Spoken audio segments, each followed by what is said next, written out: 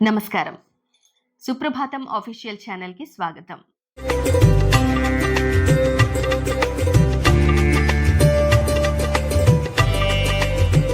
బోనాలు తెలంగాణకు మాత్రమే సొంతమైన పండుగ. తెలంగాణ సంప్రదాయాల్లో భాగమైన పండుగ.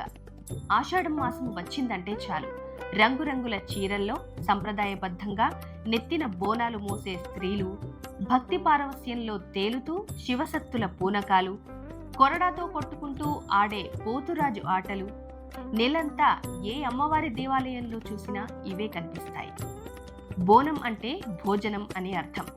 ప్రతి సంవత్సరం ఆషాఢ మాసంలో అమ్మవారు పుట్టింటికి వస్తుందని భక్తుల ప్రగాఢ విశ్వాసం. పుట్టింటికొచ్చిన అమ్మవారికి అన్నం పెట్టి పూజలు నిర్వహించే కార్యక్రమాన్నే బోనాల పండుగ అంటారు. ఈ బోనాల పండుగ ఎప్పటి నుంచి నిర్వహిస్తున్నారు? తెలంగాణ సంస్కృతిలో ఎలా భాగమైంది?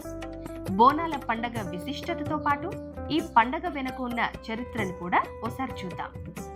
తెలంగాణలో ముఖ్యంగా హైదరాబాద్లోని ఉజ్జయిని మహంకాళి అమ్మవారి బోనాలు అత్యంత వైభవంగా నిర్వహించబడతాయి. ఆషాఢం మొదటి ఆదివారం నాడు గోల్కొండ బోనాలతో ఈ పండగ ప్రారంభమవుతుంది.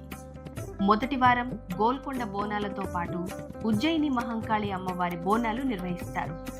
ఈ బోనాలనే లష్కర్ బోనాలు అని పిలుస్తారు. రెండో ఆదివారం బల్కంపేట ఎల్లమ్మ బోనాలు, మూడో ఆదివారం చిలకలగూడ పోచమ్మ బోనాలతో పాటు కట్టమైసమ్మ బోనాలు చేస్తారు.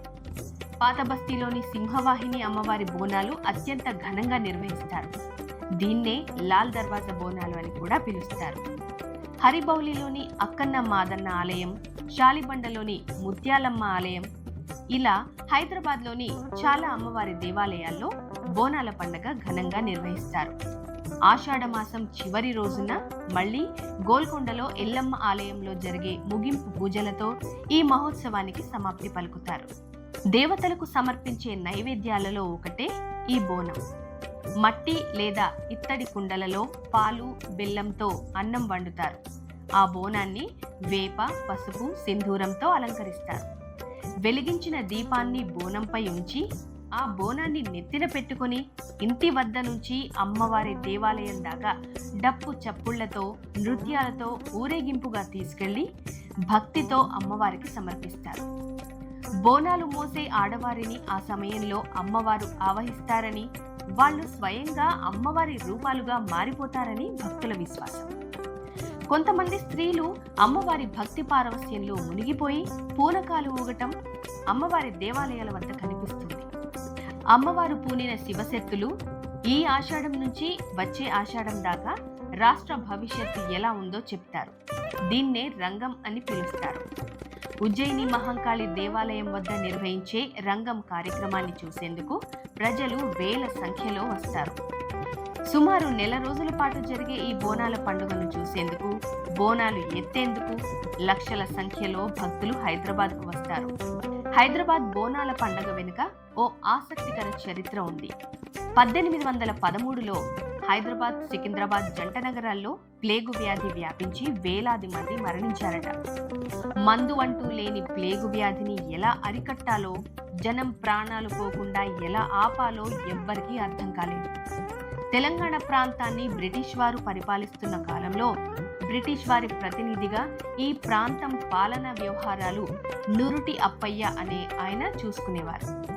ప్రజల ప్రాణాలు కాపాడేందుకు ఆయన మధ్యప్రదేశ్లోని ఉజ్జయిని అమ్మవారికి మొక్కుకున్నారు. హైదరాబాద్లో ప్లేగు వ్యాధి అంతమైతే హైదరాబాద్లో కూడా ఉజ్జయిని అమ్మవారికి గుడి కట్టించి విగ్రహాన్ని ప్రతిష్ఠించి బోనాల పండుగ చేస్తామని అప్పయ్య ఉజ్జయిని అమ్మవారికి మొక్కుకున్నారట. అమ్మవారి దయ వల్ల హైదరాబాద్లో నిజంగానే ప్లేగు వ్యాధి వ్యాప్తి ఆగిపోయింది. క్రమంగా మరణాల సంఖ్య తగ్గి కొద్ది రోజుల్లోనే ప్లేగు వ్యాధి నశించిందట.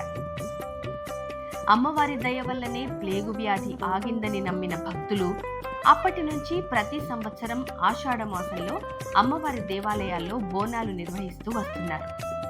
బోనాల పండగ వెనుక మరో కథ కూడా ప్రచారంలో ఉంది. హైదరాబాద్ బోనాల ఉత్సవాలకు సుమారు 600 ఏళ్లకు పైగా చరిత్ర ఉందని మరికొంతమంది చరిత్రకారులు చెప్పారు. సర్వాయి పాపన్న కరీంనగర్లో ఎల్లమ్మ గుడిని కట్టించి అమ్మవారికి బోనాలు సమర్పించారనే కథ ప్రచారంలో ఉంది. అలానే గోల్కొండ కోట కాకతీయుల ఆధీనంలో ఉన్నప్పటి నుంచే ఇక్కడ బోనాలు నిర్వహించేవారని, ఆ తర్వాత గోల్కొండను జయించిన కుతుబ్ షాహీలు సైతం ఆ సంప్రదాయాన్ని కొనసాగించారని చారిత్రక ఆధారాలు చెబుతున్నాయి. మరికొంతమంది చరిత్రకారుల అభిప్రాయం ప్రకారం 1675లో కుతుబ్ షాహీ పాలకుల హయాంలోనే బోనాలు ప్రారంభమయ్యాయని చెప్పారు. కుతుబ్ షాహీ వంశానికి చెందిన 7వ చివరి చక్రవర్తి అబుల్ హసన్ తానిషా వద్ద మంత్రిగా బాధ్యతలు నిర్వహిస్తున్న మాదన్న గోల్కొండ కోటలో ఎల్లమ్మ కోసం ఆలయాన్ని నిర్మించారు. అదే ప్రస్తుతం మనం కొలుస్తున్న జగదాంబిక అమ్మవారి దేవాలయంగా ప్రసిద్ధి చెందింది. 600 ఏళ్లకు పైగా అమ్మవారు ఇక్కడ పూజలు అందుకుంటున్నారు. తెలంగాణ రాష్ట్రం అధికారికంగా గుర్తించిన రాష్ట్ర పండుగ కాబట్టి రాష్ట్ర వ్యాప్తంగా బోనాల నిర్వహణకు అద్భుతంగా ఏర్పాట్లు నిర్వహిస్తోంది తెలంగాణ ప్రభుత్వం. ఆషాఢ మాసం సందర్భంగా తెలంగాణ రాష్ట్రం మొత్తం ఆధ్యాత్మిక శోభ సంతరించుకుంది.